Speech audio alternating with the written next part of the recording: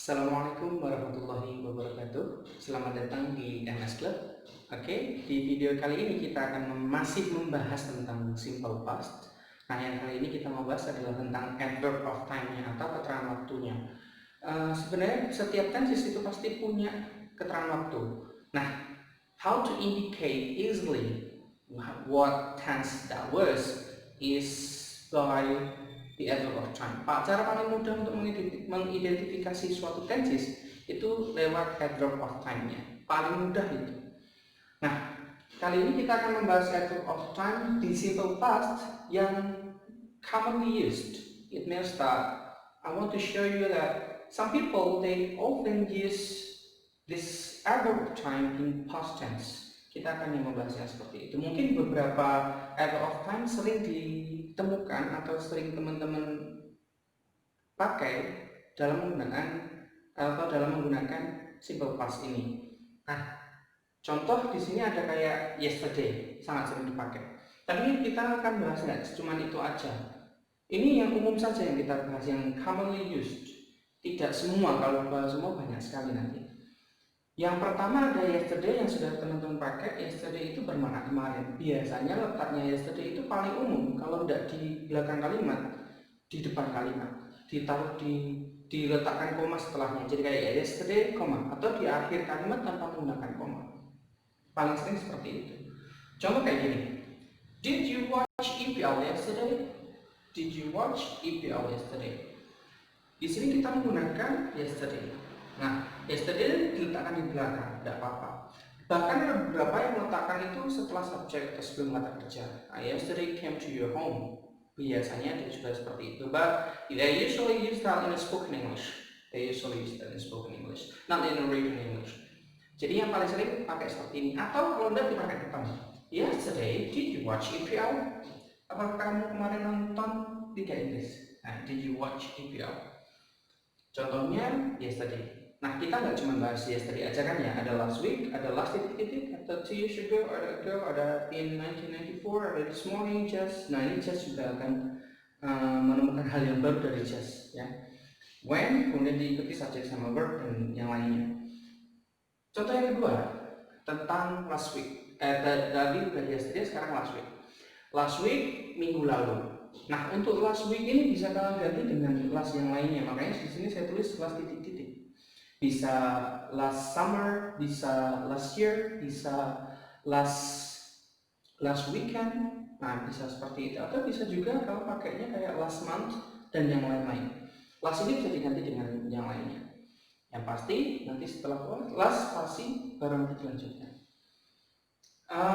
Contoh kayak dari last week kita ada kayak he was in Semarang last week. He was in Semarang last week. Dia berada di Semarang minggu lalu. Sama kayak yesterday, last week ini bisa diletakkan di depan. Jadi contoh sama mama, kalau mau pakai gini.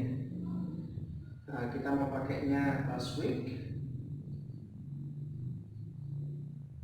Last week, koma.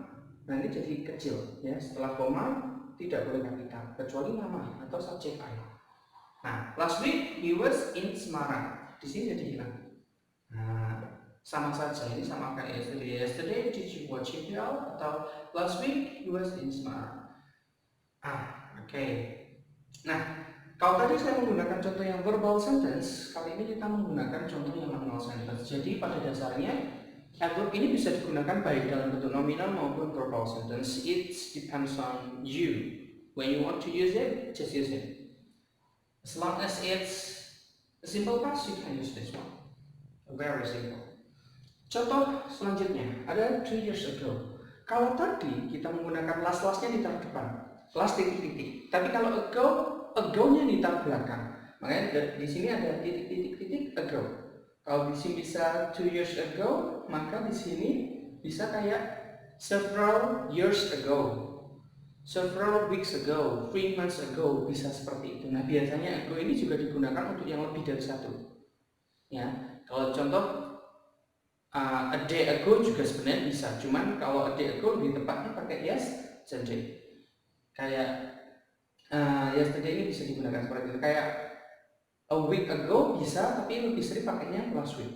Gitu. Kalau satu pakainya last, atau sebenarnya bisa juga last lebih dari satu, tapi kalau ago ini paling sering menggunakan lebih dari satu.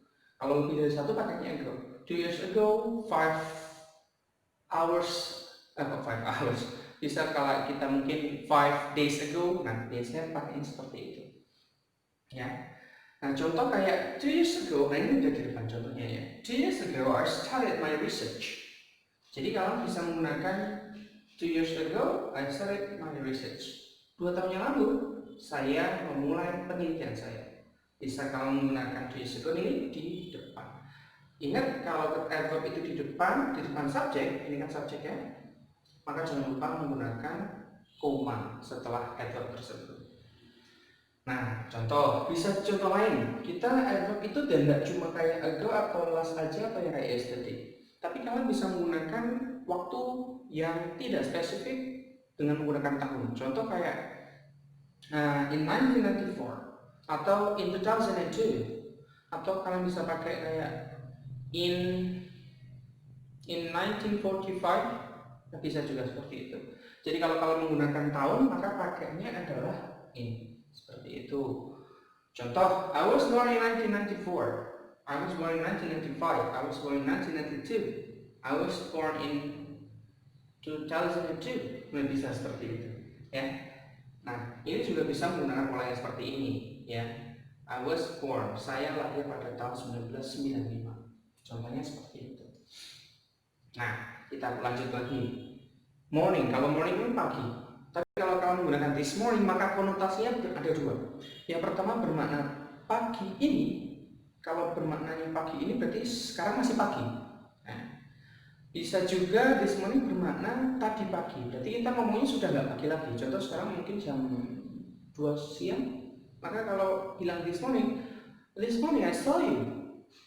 Oh, berarti maksudnya adalah tadi pagi saya lihat kamu, saya ketemu kamu, saya tahu kamu, gitu.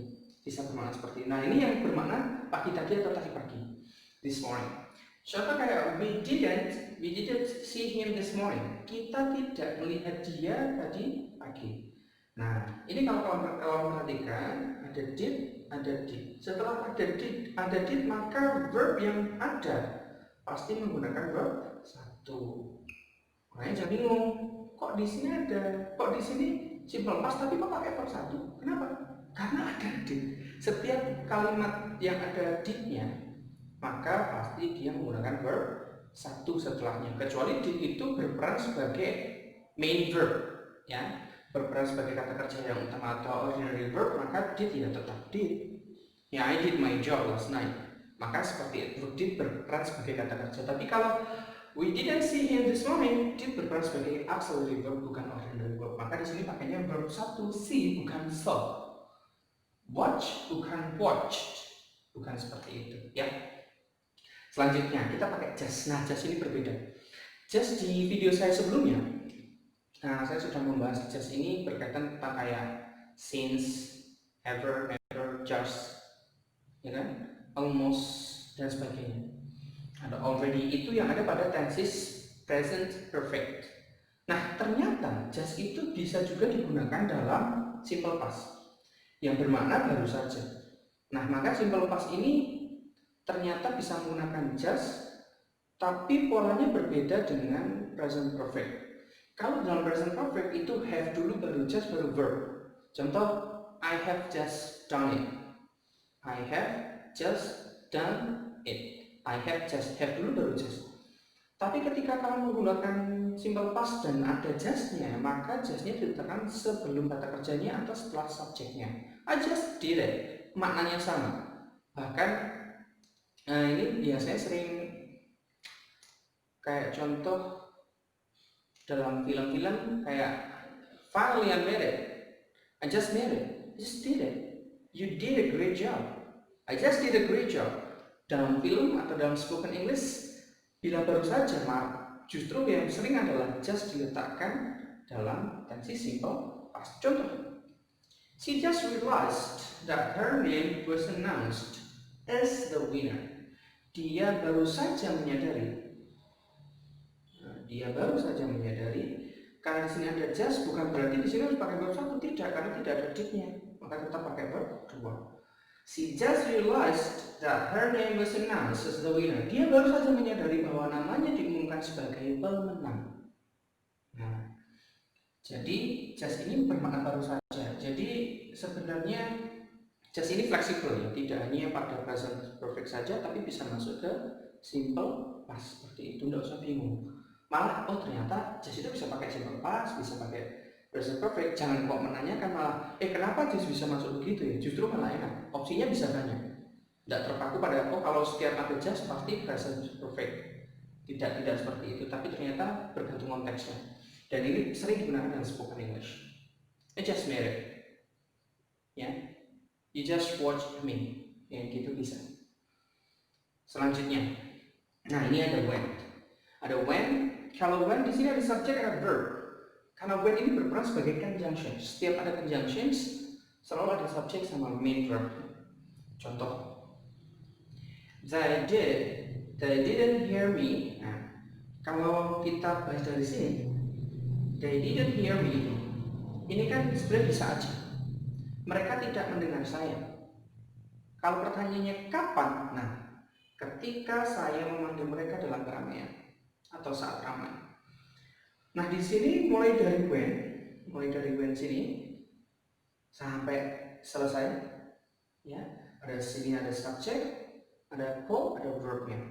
Ya kan? Nah, kalau di sini dia menggunakan when maka pasti ada subject sama verbnya.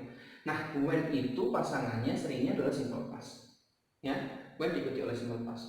Nah, karena ini pas sama pas, so it's okay, masuk akal. Jadi depannya pas, belakangnya when pas, jadi sama. Nggak bisa kayak setelah when diikuti simple present, sedangkan depannya simple past, nggak cocok. Itu sama kayak saya makan hari ini, kenyangnya kemarin. nggak bisa, nggak sesuai. Maka harus sama-sama pas. Ya, di sini when subject sama verb. When diikuti oleh simple past. They didn't hear me when I called them in the car. Jadi seperti itu.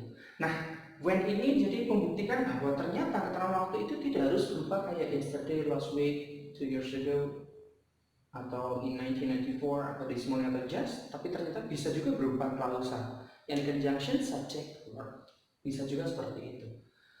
Nah, untuk when ini mungkin kita akan buatkan video tersendiri yang membahas tentang when, while, before, after, as.